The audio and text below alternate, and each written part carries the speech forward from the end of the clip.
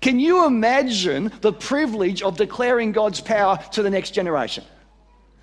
Can you imagine what a buzz it is to declare God's power to those who are still yet to come? We get to pass on to the next generation the amazing love and the phenomenal might of our mighty God. We get to call young people to follow Jesus at a time where they've never thought that following Jesus is even an option. We get to show hope to kids who think that life is hopeless. We get to show life to kids who think, I have no life. We get to invest a future into young people who might be thinking, I don't even know if I have a future. And we get to do that. And the way you change a generation is that your ministry gets multiplied throughout all the students that come under your orbit. I'll tell you what excites me about today. It's not just the 300 or so people that are here. But here's the question, how many young people do you get to influence? How many young people's lives get changed by what we do for these next 3 days? And let's go one step further. Those young people that you get to sow into, how many others will they impact during their lifetime? Now, you might think, well, I go to the school, I do all this. I've only got 5 students who I think might be Christians.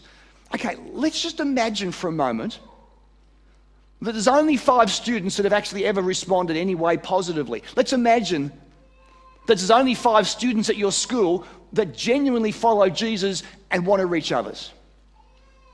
Here's the question to ask. How many people will those 5 students influence throughout their lifetime?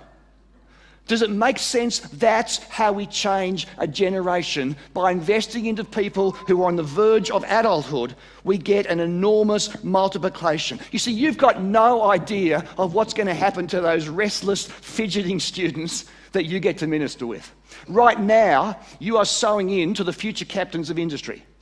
Right now, you are developing the future leaders of our nation. Right now, you are working with sports champions before they win their first grand final. Right now, you're working with politicians before they've earned their first vote.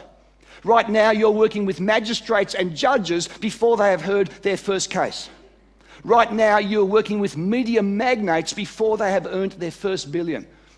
We get to shape and mould our future artists and factory workers and trade union members and mums and sisters and artists and performers and ministers and professors and garbage collectors. We get to sow into their life and bring hope and to bring values and to bring a future and to see a generational change happen that you or I can only dream about.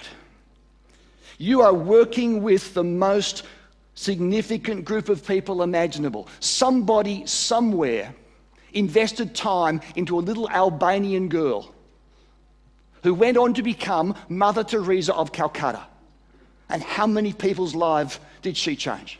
Somebody somewhere taught the Bible to little Billy Graham in Sunday school, never knowing how God would use that man to reach so many people for Jesus in the 20th century. You simply do not know where those restless, fidgeting students that you're called to work with now will end up and how valuable your faithfulness is going to be with them as you go by.